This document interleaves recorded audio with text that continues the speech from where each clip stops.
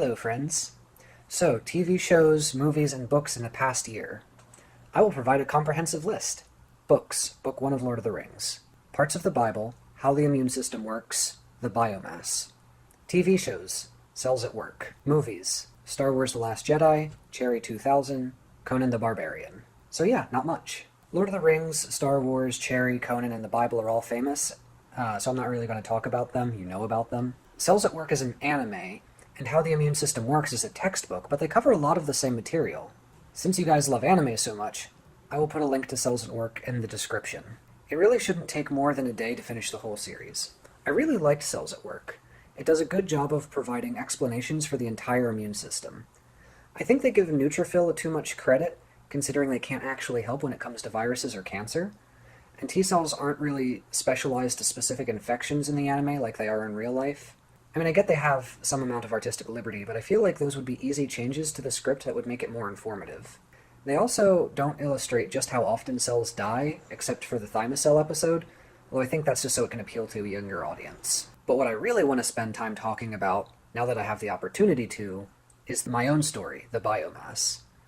It's technically something I've read in the past year. I'm currently working on editing out the typos, but the current draft is available for your reading pleasure at fictionpress.com.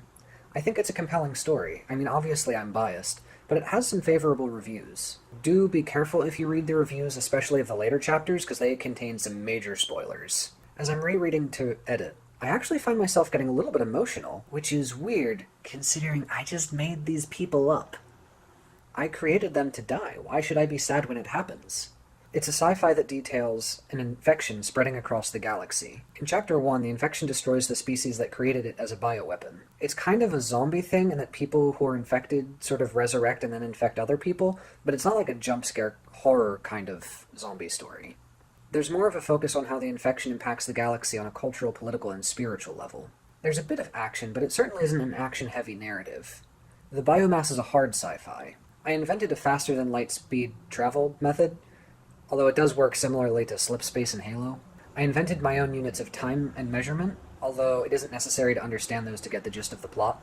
Battles in space incorporate the fact that you can see your enemies from really far away, and if your fleet is spread out, you have to account for the fact that your communications might be delayed because light only goes so fast. I also wrote a side story, which is basically world-building side notes, explaining measurements and system and various technologies. I put some of those details in the first draft, but I figured they would deter some readers, so I moved them out. I didn't go as far as inventing my own language, but each species does have a few particulars to their dialect that comes across in the names of people and places. There are several religions which historically developed independently multiple times on each planet before they achieved space travel. There are a few recurring characters, but mostly the point of view shifts around a lot from chapter to chapter. One chapter might be a public debate, while another is a journal entry written by a child. One is a clinical report, while another is a policy statement. That's how I managed to incorporate perspectives from characters from all walks of life. The way sentient species defines sentient actually excludes a lot of species that are still very intelligent and have developed faster than light speed travel.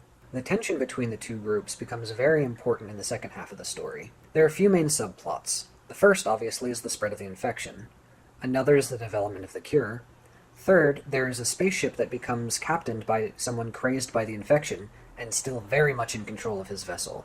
Essentially a zombie spaceship. Fourth, the tension between sentient and non-sentient species. Fifth, a public debate between two individuals, one who thinks that infected regions should be annihilated completely, regardless of collateral damage, and another who thinks that research into the cure combined with quarantine is a better approach.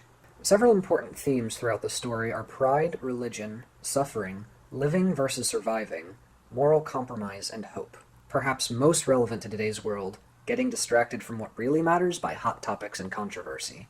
Fiction Press as a whole doesn't get a whole lot of traffic. The online community there is wonderful, but it's more of a place to post your stories if you want helpful feedback so that you can grow as a writer. It isn't terribly useful to get your story out there, Once I finish getting rid of the typos, I do want to publish it on more websites, so that way I can garner enough support to convince someone to publish the other novel I wrote. I think you guys would enjoy it. I mean, there are multiple internet strangers who read the whole thing without anybody asking them to, so I guess that says something about its quality. Don't feel any pressure to, though. It's 65 chapters, and that's maybe a lot to ask. They're short chapters, but still. I look forward to what Josh has to say. Peace.